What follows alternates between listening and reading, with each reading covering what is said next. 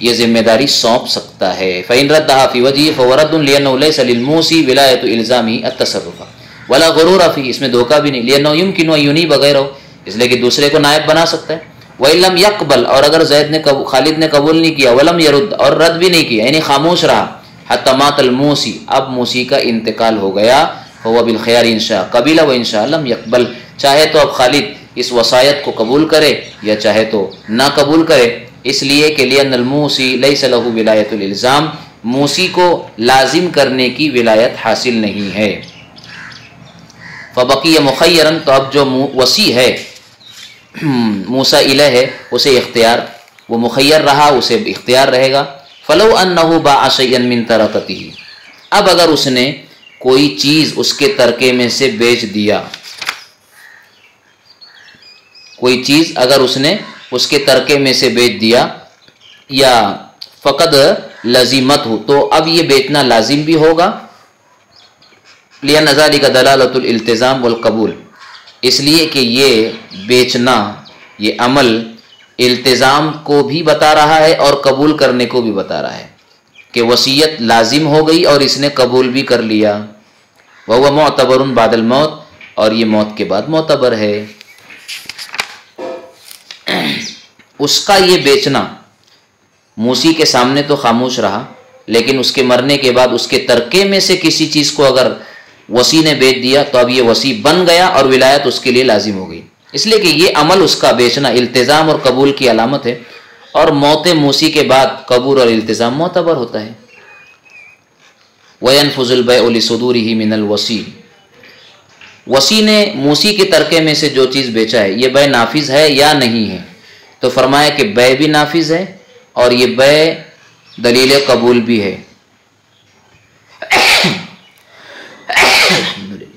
اور یہی نہیں بلکہ اگر وصی نے بیع کی اور اب تک وصی کو علم بھی نہیں ہوا کہ زید نے مجھے وصی بنایا تھا، تب بھی بیع نافذ ہے۔ وَيَنْفُذُ الْبَيْعُ لِصُدُورِهِ مِنَ الْوَصِيِّ وَسَوَاءٌ عَلِمَ بِالْوَصِيَّةِ أَوْ لَمْ يَعْلَمْ بِخِلَافِ الْوَكِيلِ إِذَا لَمْ يَعْلَمْ بِالتَّوْكِيلِ فَبَاعَ حَيْثُ لَا يَنْفُذُ، ہاں اگر زید نے خالد کو وکیل بنایا کہ وہ میرا فلاں سامان فروخت کر دے، اور خالد کو اس توکیل کا علم نہیں ہوا اور علم سے پہلے ہی اتفاق سے خالد نے اس سامان کو فروخت کر دیا، تو بیع نافذ نہیں ہوگی۔ یہ وصایت اور توکیل کا فرق ہے کہ وصایت خلافت ہے اور توکیل انابت ہے۔ خلافت کا مطلب یہ ہے کہ موسی کی موت کے بعد وصی کو تصرف کا اختیار ہوگا، اور انابت اور نائب بنانے کا مطلب یہ ہے کہ موکل موجود ہے اور اس کو تصرف کی قدرت حاصل ہے، پھر بھی وکیل کو تصرف کا اختیار ملتا ہے، تو وکیل اپنے موکل کا نائب ہے، خلیفہ نہیں ہے۔ اب دونوں کا فرق الگ الگ اس کے لیے قانون ہے۔ خلافت کا قانون یہ ہے کہ وہ اپنے ثبوت میں علم کی محتاج نہیں ہے، یعنی خلیفہ کو اپنے خلیفہ بنائے جانے کا علم نہ ہو تب بھی وہ خلیفہ بن جاتا ہے۔ جیسے وراثت، چونکہ خلافت ہے، وارث کو علم نہ ہو تب بھی اور ہو تب بھی وہ وارث ہو گیا، اسی طرح وصایت خلافت ہے، لہذا وصی کو علم ہو تب بھی اور نہ ہو تب بھی وہ وصی بن گیا۔ اور نائب بنانے کا اور انابت کا اصول یہ ہے کہ جب تک نائب کو معلوم نہ ہو جائے کہ میں فلاں کا نائب ہوں تب تک نیابت ثابت نہیں۔ جیسے خالد کے لیے زید نے ایک گھوڑا خریدا اور خالد کو اس کا علم نہیں، اور اسی حال میں خالد نے اس گھوڑے میں کچھ تصرف کر دیا، تو خالد پر بیع لازم نہ ہو، اس لیے کہ خالد ابھی بیع سے واقف ہی نہیں ہے، لہذا خالد کو بیع رد کرنے کا اختیار رہے گا۔ اسی کو کہہ رہے ہیں بخلاف الوکیل اذا لم يعلم بالتوکیل فباع حيث لا ينفذ لان الوصاية خلافت، وصایت خلافت ہے، لانه يختص بحال انقطاع ولایت المیت، اس لیے کہ یہ خاص ہے بحال انقطاع ولایت المیت، میت کی ولایت کے فی الحال جو ہے منقطع ہونے کے ساتھ، فتنتقل ولایت الیہ، لہذا اب یہ ولایت وکیل کی طرف منتقل ہو جائے گی۔ وَإِذَا كَانَتْ خِلَافَةٌ، اور جب وصایا، وَإِذَا كَانَتْ خِلَافَةً، جب یہ وصایا خلافت ہے، لَا يَتَوَقَّفُ عَلَى الْعِلْمِ كَالْوَرَاثَةِ، تو اب علم کا ہونا ضروری نہیں ہے، واقفیت ضروری نہیں ہے، جیسے کہ وراثت میں وارث ہونے کے لیے علم ضروری ہے۔ اما التوکیل انابۃ لثبوتہ فی حال قیام ولایت المنیب فلا یسع من غیر علمہ، وکالت بغیر علم کے درست نہیں ہوں گی، کاثبات الملک بالبیع والشراء، جیسے کہ بیع و شراء کے ذریعے ملکوں کو ثابت کرنا۔ وقد بینا طریق العلم وشرط الاخبار فیما تقدم من الکتب، لہذا ہم جو ہے علم کے طریقے کو اور خبر دینے کی جو شرط ہے اس کو ماقبل کی کتابوں میں، گزری ہوئی کتابوں میں ہم اسے بیان کر چکے ہیں۔ وکالت کا علم ایک شخص کی خبر سے ہو جائے گا، خواہ وہ شخص آزاد ہو، غلام ہو، عادل ہو یا فاسق ہو، یہ تو اتفاقی حکم ہے۔ رہا وکالت سے معزول کرنا، اس میں امام حنیفہ اور صاحبین کا اختلاف ہے۔ صاحبین کے نزدیک عزل کا بھی یہی حکم ہے، یعنی جس طرح وکالت کا علم معتبر ہے اسی طرح عزل کا بھی حکم ہے، یعنی مطلق خبر واحد سے عزل کا بھی ثبوت ہو جائے گا۔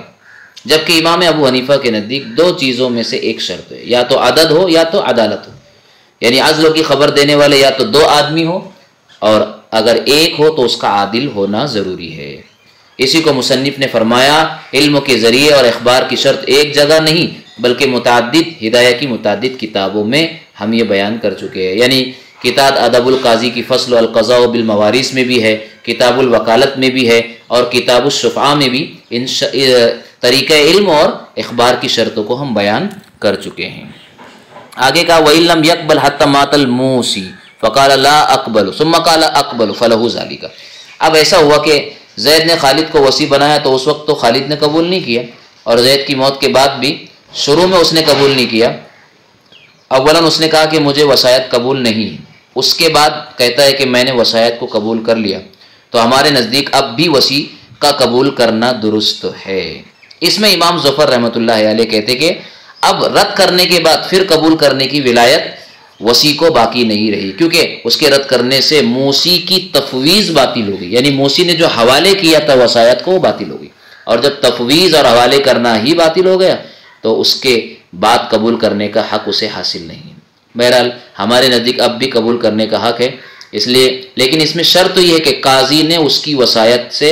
اس کو وصایت سے خارج نہ کیا ہو، اور اگر اس کے لا اقبلو کہنے کے وقت قاضی نے اس کو وصایت ہی سے خارج کر دیا تھا تو پھر اب رد کرنے کے بعد قاضی کے اخراج کے بعد اس کو یہ حق نہیں رہا کہ وہ وصی بن جائے، اس لیے کہ جب اس نے لا اقبلو کہا تھا تو محض یہ کہنے کی وجہ سے عیسیٰ باطل نہیں ہوا، لیکن اخراج قاضی کی وجہ سے یہ عیسیٰ باطل ہو جائے گا۔ اس لیے کہ اگر وصیت کو باطل کر دے تو اس میں میت کا ضرر ہے، کیونکہ وہ اس پر اعتماد کرتے ہوئے دنیا سے رخصت ہوا ہے، اور اگر عیسیٰ کو باقی رکھتے ہیں تو میت کا فائدہ ہے، لیکن اس میں وصی کا ضرر ہے، اس لیے کہ وصایت لازم ہو جاتی ہے، اور ہو سکتا ہے کہ وہ اس ذمہ داری کو نبھانے سے عاجز ہو، پریشان۔ تو اس کا جواب یہ دیا کہ اس میں وصی کا بھی ضرر ہے، لیکن وصی کے ضرر کو ثواب کے ذریعے پورا کر دیا جائے گا، یعنی وصی اگر اس کو نبھائے گا تو اس کو آخرت میں ثواب ملے گا۔ یا یوں کہا جا سکتا ہے کہ یہ دونوں ضرر تو ہے مگر میت کا ضرر بڑا ہے اور وصی کا ضرر چھوٹا ہے، لہٰذا ایسے وقت میں اصول یہی ہے کہ ضرر ادنا کو قبول کر لیا جاتا ہے ضرر اعلیٰ کے مقابلے میں۔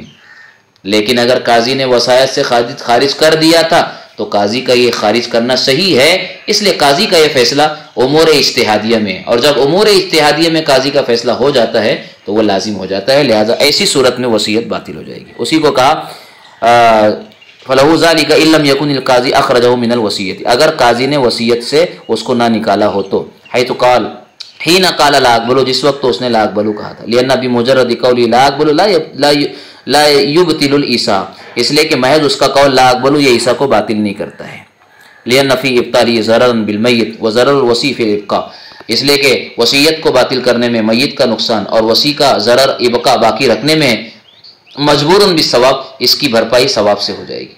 ودفع الاول وهو اعلی اولا، اور پہلے ضرر کو دفع کرنا یہ اعلیٰ ہے، یہی اولا ہے، الا ان القاضی اذا اخرجه عن الوصایۃ یصح ذلک، ہاں مگر اگر قاضی نے اس کو وصایت سے خارج کر دیا ہو تب تو یہ اخراج اس کا صحیح ہے، کیوں؟ لأنہ مجتہد فیہ، اس لیے کہ یہ مجتہد فی معاملہ ہے، اجتہادی امر ہے، اذ للقاضی ولایت دفع الضرر، اور قاضی کو ضرر کو دور کرنے کی ولایت حاصل ہے۔ اللہ تعالی ہمیں ان مسائل کو سمجھنے کی اور اس کے مطابق عمل کی توفیق عطا فرمائے۔ باقی اگلا سبق ہم اپنے آگے والی اگلی عبارتوں میں جو اسباق ہے اس کو آئندہ پڑھیں گے۔ وما توفیقی الا باللہ۔